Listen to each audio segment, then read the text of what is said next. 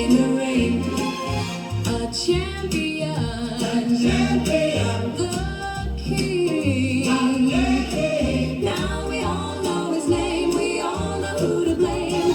When he walks in, the room gets colder. You can't beat him, he's gonna take you over. They call him the strangler, he's the strangler.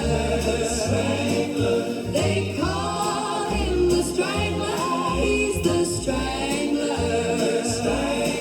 Ed Lewis, he's the greatest of all time.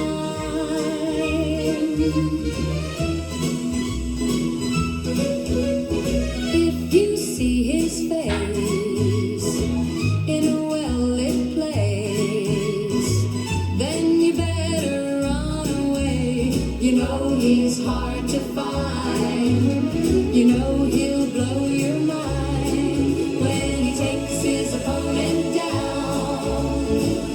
It's time to make the sound. When he walks in, the room gets colder. You can't beat him, he's gonna take you over. They call him the strangler, he's the strangler. They call him the strangler, he's the strangler. Ed Lewis, he's the greatest of all time.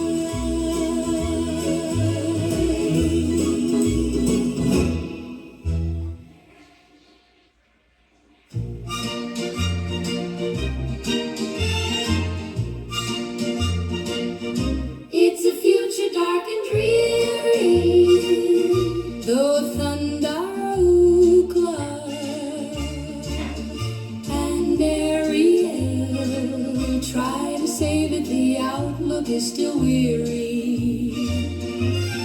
Thunder, thunder, thunder the barbarian. Thunder, thunder, thunder the barbarian. Thunder, thunder, thunder the barbarian. Thunder, thunder, thunder, thunder the barbarian. Thunder, thunder, thunder the barbarian. Thunder, thunder, thunder the barbarian. Thunder.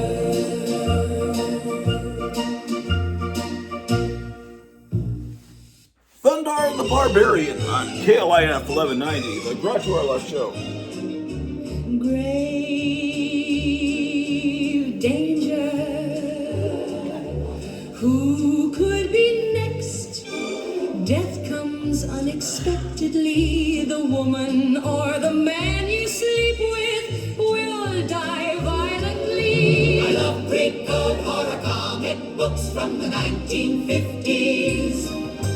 Tales from the crypt, the haunt of fear, and the vault of horror. I love pre-code horror comic books from the 1950s. Suspense, crime, suspense stories, and the vault of horror. KLIF 1190. These turntables don't work here. Nothing works here, man. This studio is a piece of excrement. King Kong is climbing up my building. He's looking for me. King Kong is climbing up my building. He's looking for me. I see him looking through my window. He's looking for me. King Kong is climbing up my building. He's looking for me.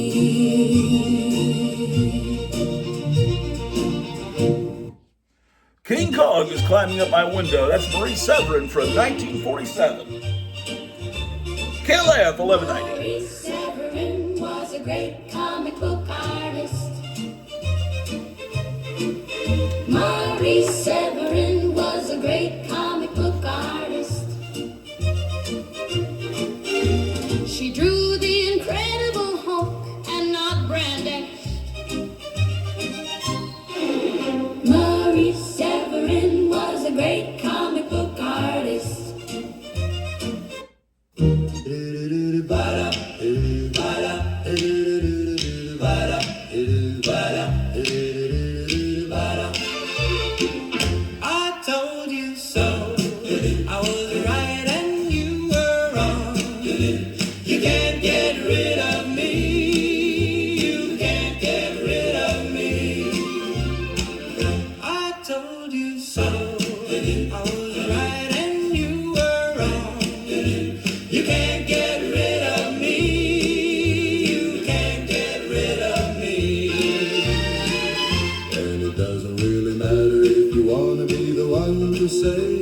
you won't get your chance to say it when you're dead. You'll never have the opportunity to be the one to say it. You might as well say it while you can and eat it while you can. Eat shit, eat shit, eat shit, eat shit, eat shit, eat shit, eat shit, eat shit, eat shit, eat shit, eat shit, eat shit, eat shit. I told you so. I was right and you were wrong. You can't get rid of me. You can't get rid of me. I told you so. I was right and you were wrong. You can't get rid of me. You can't get rid of me.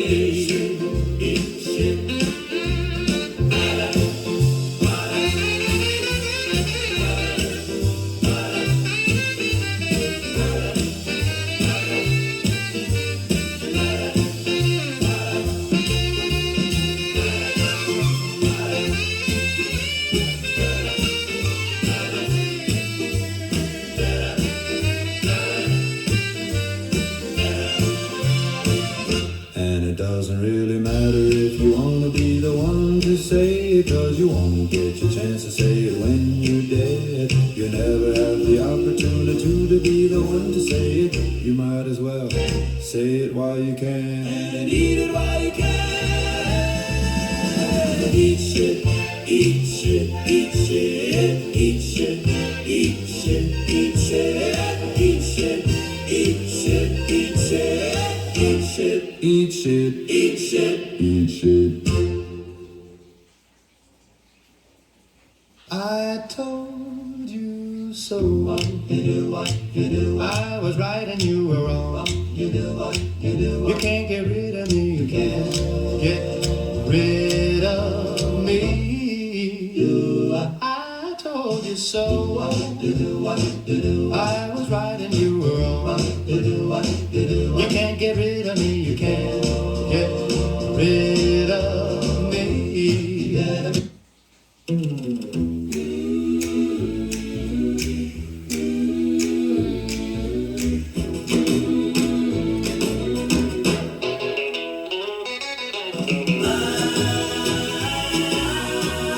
I heard you had a reputation, so girl, I think you should know. All my exes say I'm a piece of shit, and you could be the next one to know. But you got a secret of your own. Your friends say you're a piece of shit too. So tell me, what is a piece of shit like me gonna do with a piece of shit like you?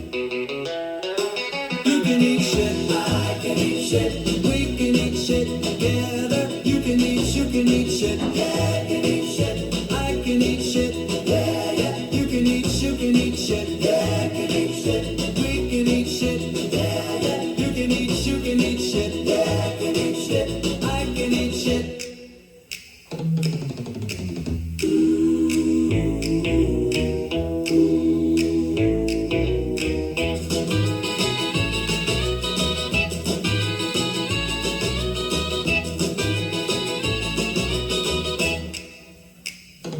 You can eat shit, yeah, I can eat shit, I can eat shit, yeah, yeah. You can eat shit, yeah, I can eat shit, we can eat shit, yeah, yeah. You can eat shit, yeah, I can eat shit, I can eat shit, yeah, yeah. You can eat shit, yeah, I can eat shit, we can eat shit.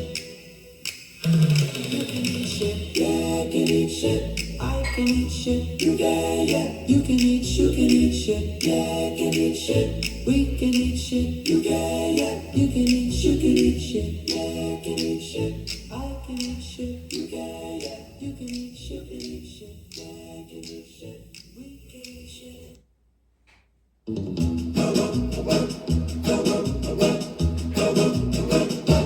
I've been thinking, I've been drinking, I'm sinking too deep in it, and it's groovy, so groovy, so groovy, groovy.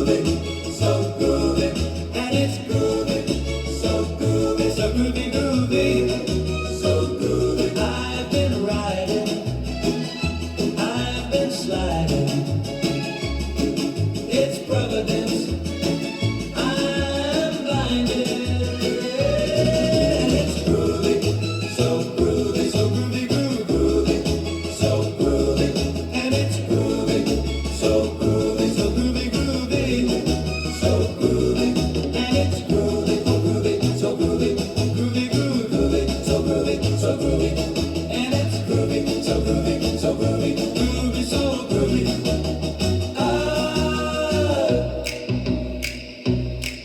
I hear it, I feel it, I see it, I taste it, I breathe it. And it's groovy, so groovy, so groovy, groovy, so groovy. And it's groovy, so groovy, so groovy, groovy, so groovy. And it's groovy, so groovy, so groovy, groovy, so groovy, so groovy, so groovy. And it's groovy, so groovy, so groovy, groovy, so groovy. Oh, groovy, groovy, so groovy, groovy, groovy. It's 10:30 in the morning, man. It's 28 degrees out there. KLIF 1190, the Grottu Orloff Show. Linda Cat, we miss you so bad. You will always be remembered the times we had. You were such a big part of our lives. You will always be remembered. You will always be remembered. We sometimes call you Chubby Chubby. You will always be remembered.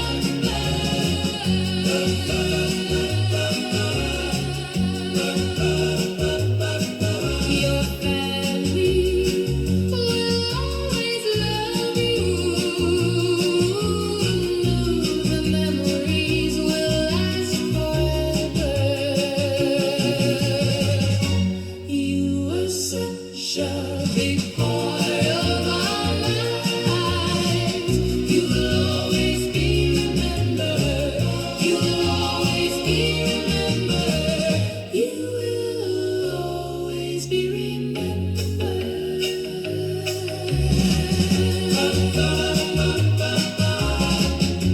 You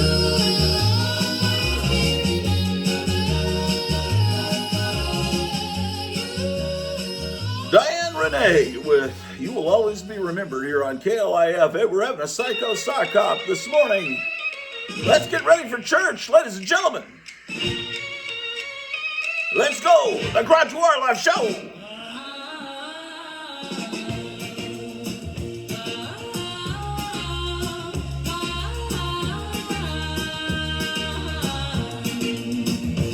She's gonna walk on by and look back and say hi. That's the kind of woman that you're into. One kiss on the cheek, she knows you'll be weak. It's too late now, you can't say no, and she knows it. She on the prowl. She's a she-wolf on the prowl. You better be good or she'll growl.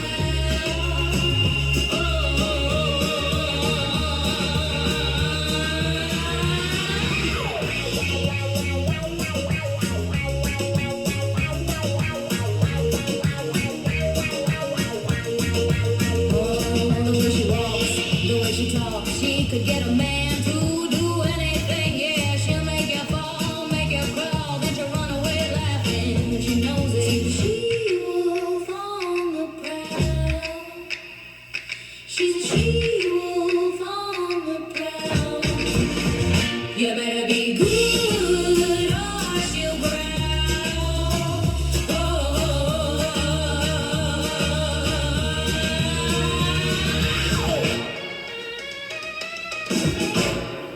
Mary Jane Watson with She Wolf on the Prowl here on Radio Grottu, KLIF 1190. The music of your life.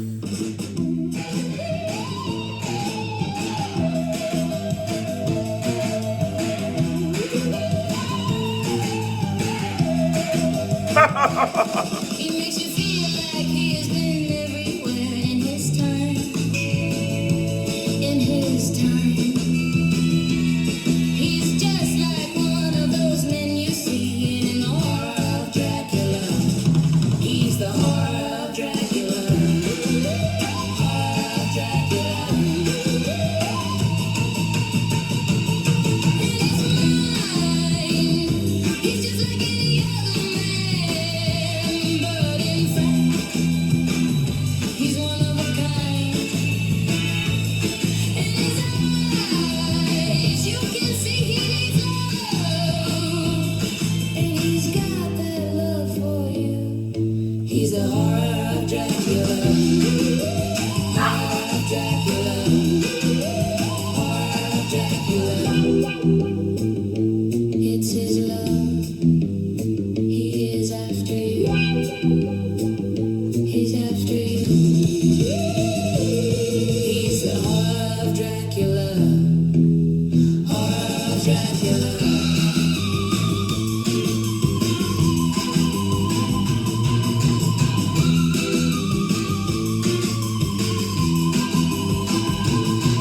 He's the horror of Dracula. Horror of Dracula. He's the horror of Dracula. Horror of Dracula.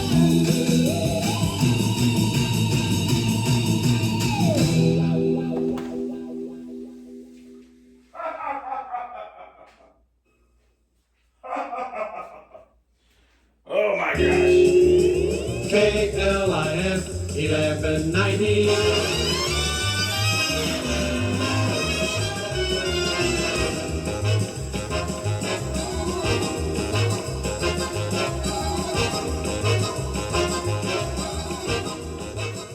Ah, yes, it's the Grottu Orloff Show. Sunday, March the 1st, 2026. 1190. Dynamic Dallas. Okay.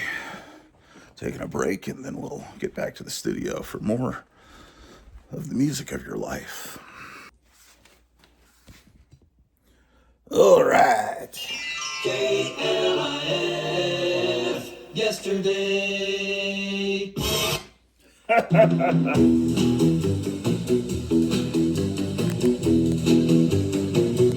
You better watch out. You better not stay. The thunder agents are coming your way. With dynamo, no man and mentor too. They're the thunder agents and they're coming for you. You better look out. You better not stay. The thunder agents are coming your way. With dynamo, no man and mentor too. They're the thunder agents and they're coming for you. They've been fighting the subterraneans and the beautiful Lion Maiden and SPID. R2, the thunder agents are coming for you.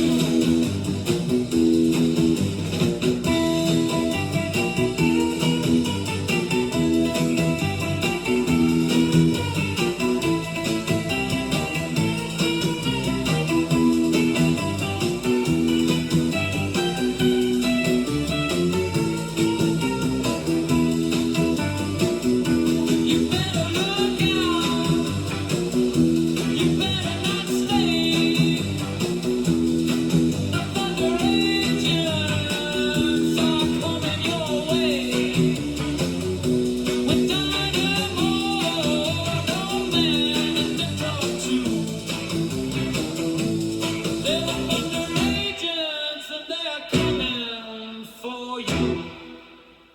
The Wallywood Trio with Thunder Agents here on KLAF 1190, the music of your life. Grottu Orloff Show.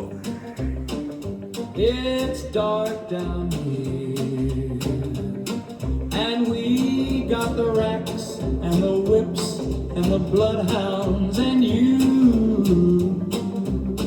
The Iron Maiden.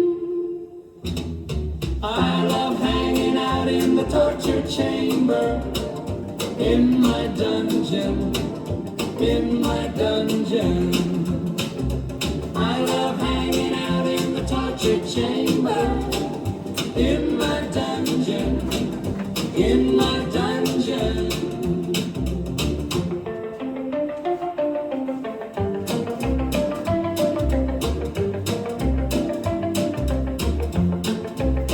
We got the chains and the manacles and the knives and the torches. We got the pincers and the poker. I love hanging out in the torture chamber, in my dungeon, in my dungeon. I love hanging out in the torture chamber. In my dungeon, In my dungeon.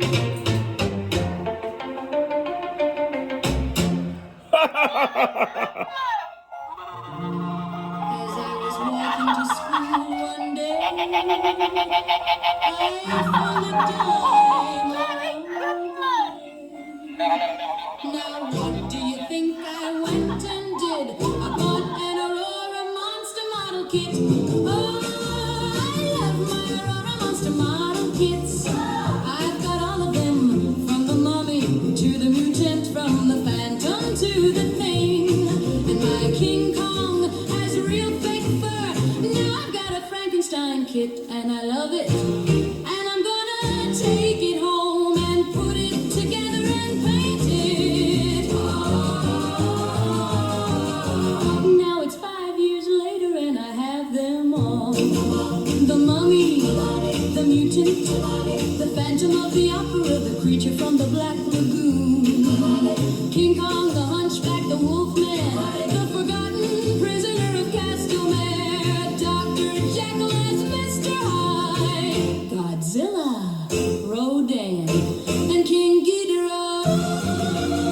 Got 'em all and they're all on my shelf in their original boxes. And oh, I love my Aurora Monster model kits. I love 'em. I love 'em. And I'm gonna pass 'em down to my children and my children's children. And they're gonna be worth a fortune.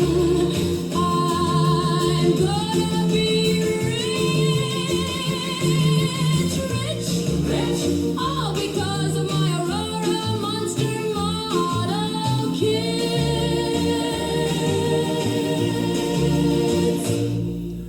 Ah, that's Annette Funicello from 1964 from the movie Surf Party. Grottu Orloff, the music of your life, man. Psycho Sock Hop. The vampire is arising, Frankenstein is dead. A man who make a monster, well, he's mad out of his head. A scary horror picture he did with Boris Karloff. Oh, well, the monsters all ran loose and all their heads they came off in the house of Frankenstein. Oh, I got mine in the house of Frankenstein. Oh, I got mine.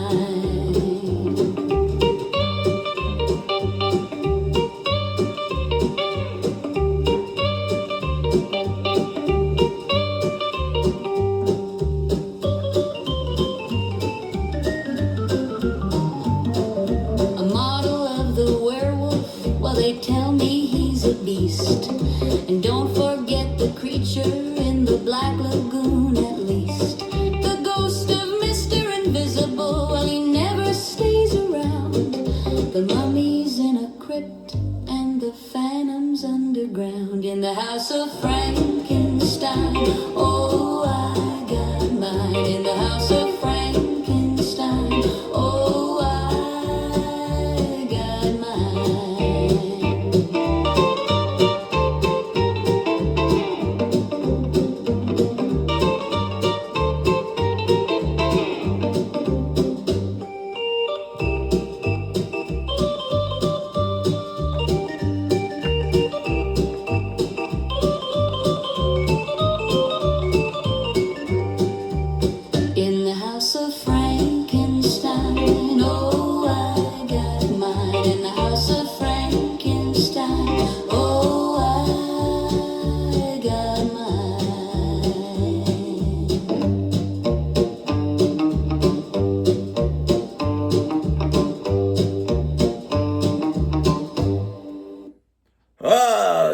Janician with House of Frankenstein here on Grottu Orloff.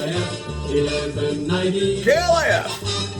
Brings you all there is to hear. It's America's greatest station.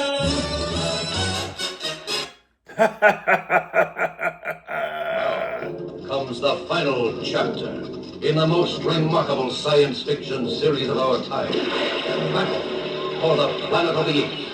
Chapter 1, Planet of the Apes.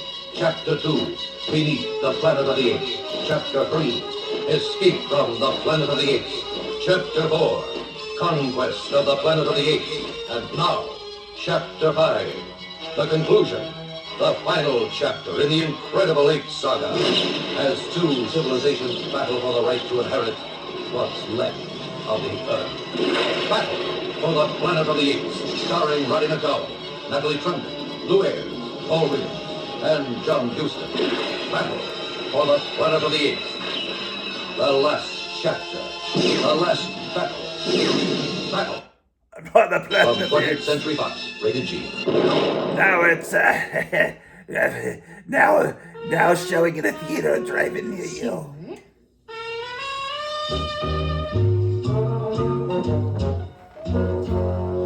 The rainiest kind of weather, the laziest kind of day, and making some hot buttered popcorn while the time away. This calls for Bud.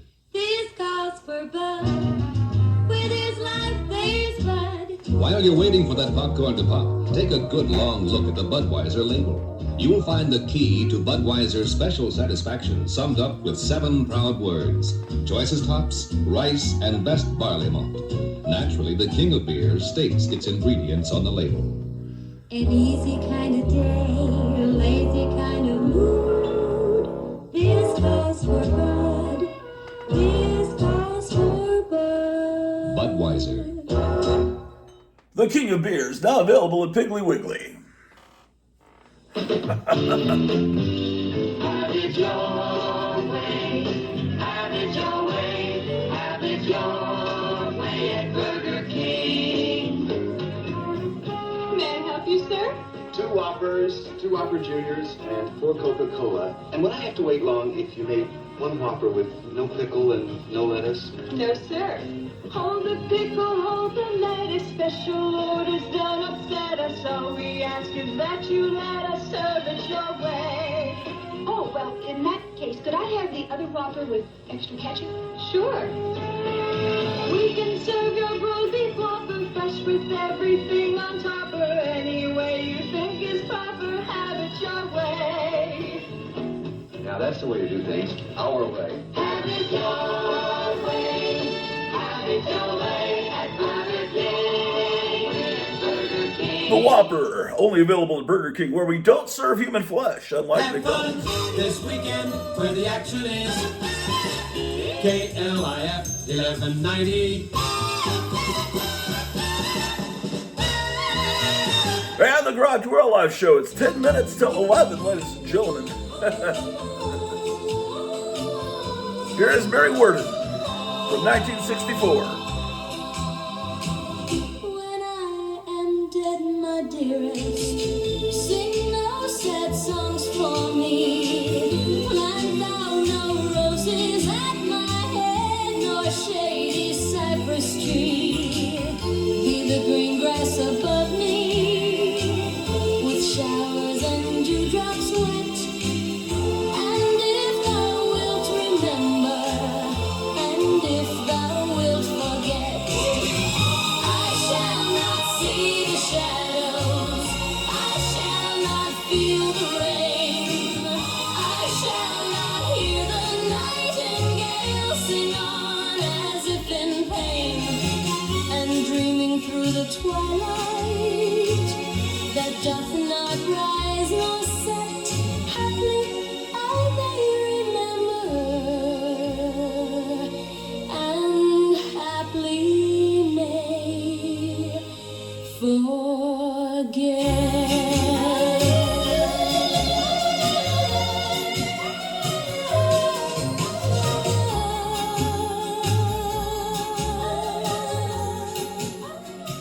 Oh, wonderful memory from 1964 here on the Grottu Orloff Show. Psycho Sock Hop every Sunday morning, ladies and gentlemen. KLIF 1190, Dallas Fort Worth, where it's 27 degrees. I'm Chiquita Banana, and I've come to say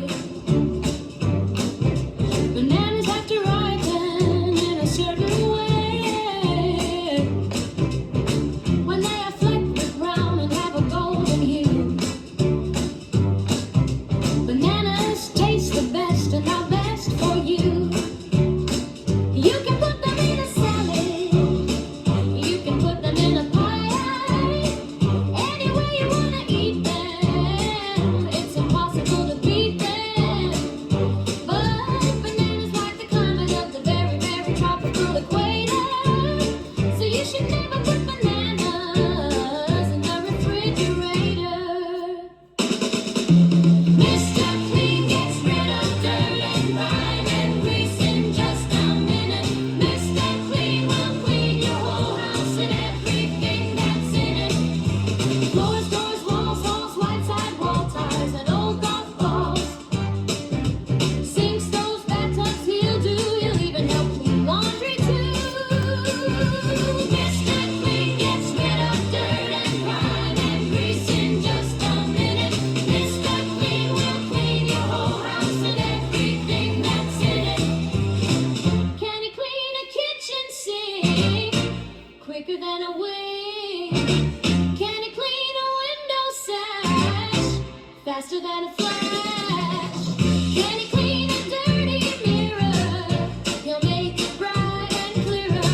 Can he clean a diamond ring? Mr. Clean cleanse anything.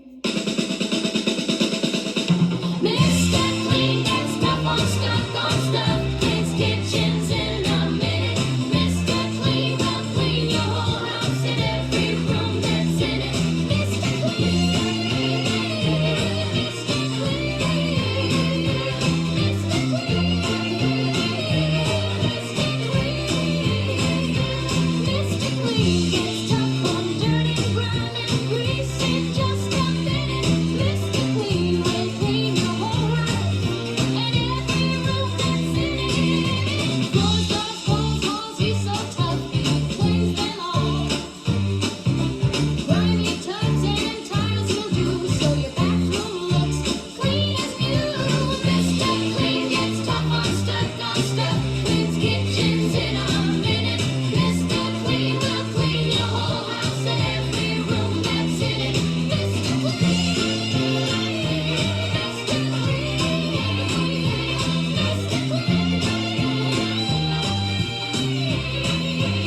So you should never put bananas in the refrigerator.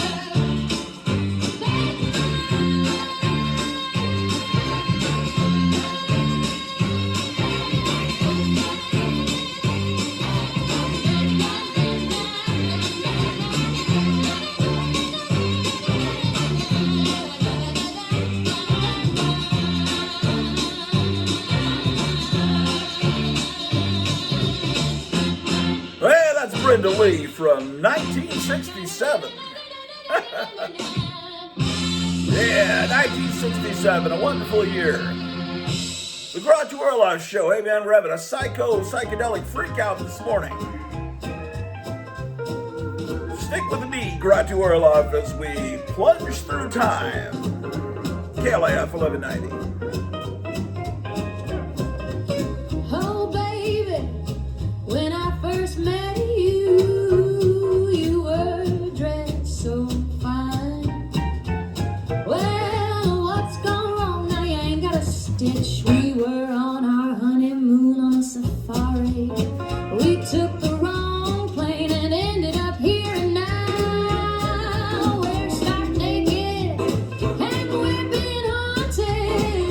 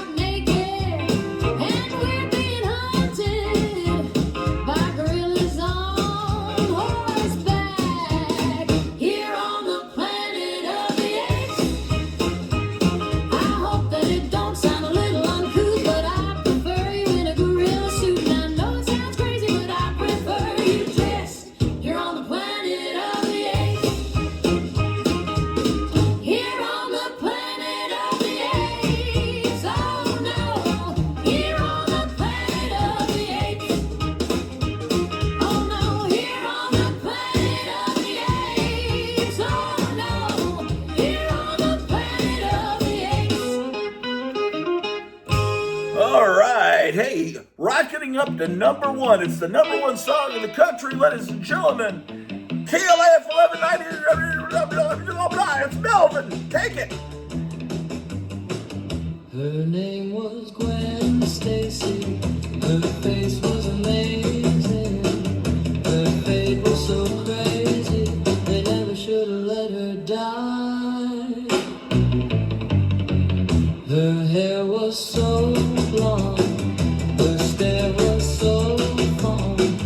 The air in her lungs, it never should have left her.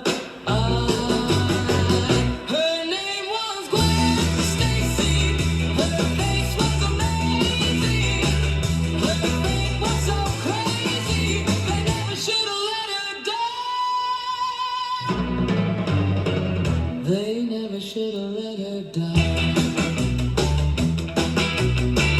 They never should have let her die. They never should have let her die. They never should have let her die. They never should have let her die. Yeah, that's Melvin here on KLAF. Here's Hank Thompson from I guess it 1962. started when they landed near Mount Fuji, far from home. I think the army tried to stop them, but the Mysterians had their robot Mogera. Now they've made their declaration. They want some land and all our girls. Now we know their true intentions. Now we're up against a foe with new inventions. Oh, those Mysterians, here they come. Mysterians with their ray guns. I guess we shouldn't take it lightly. They're more advanced in many. Shit! We're all just gonna have to fight them. Our world's united to defend it from invaders. Oh, those Mysterians, here they come. Mysterians with their ray guns.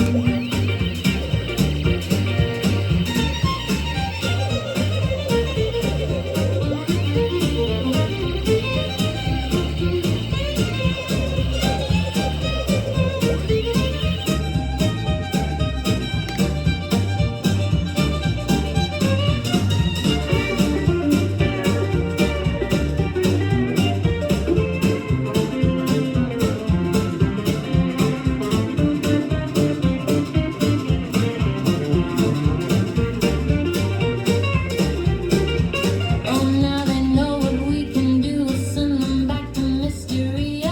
The nuclear bomb will drive them out. We're gonna show them what we're all about.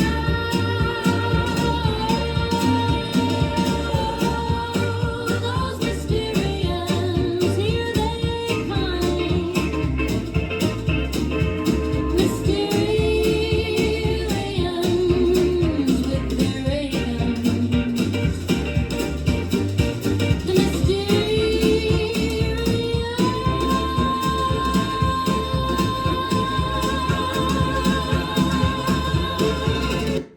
That wasn't Hank Thompson. That was Harriet Thompson. KLAF 1190. In the basement, freaks and hobos, Bigfoot, sea serpent, strange sounds and noises.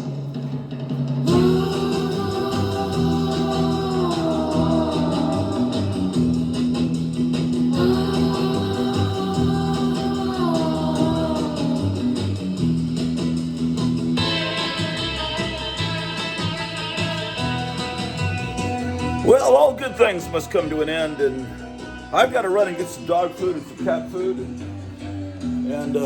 all that stuff. So I will see you guys next time. Goodbye. Goodbye, Mr. Bond.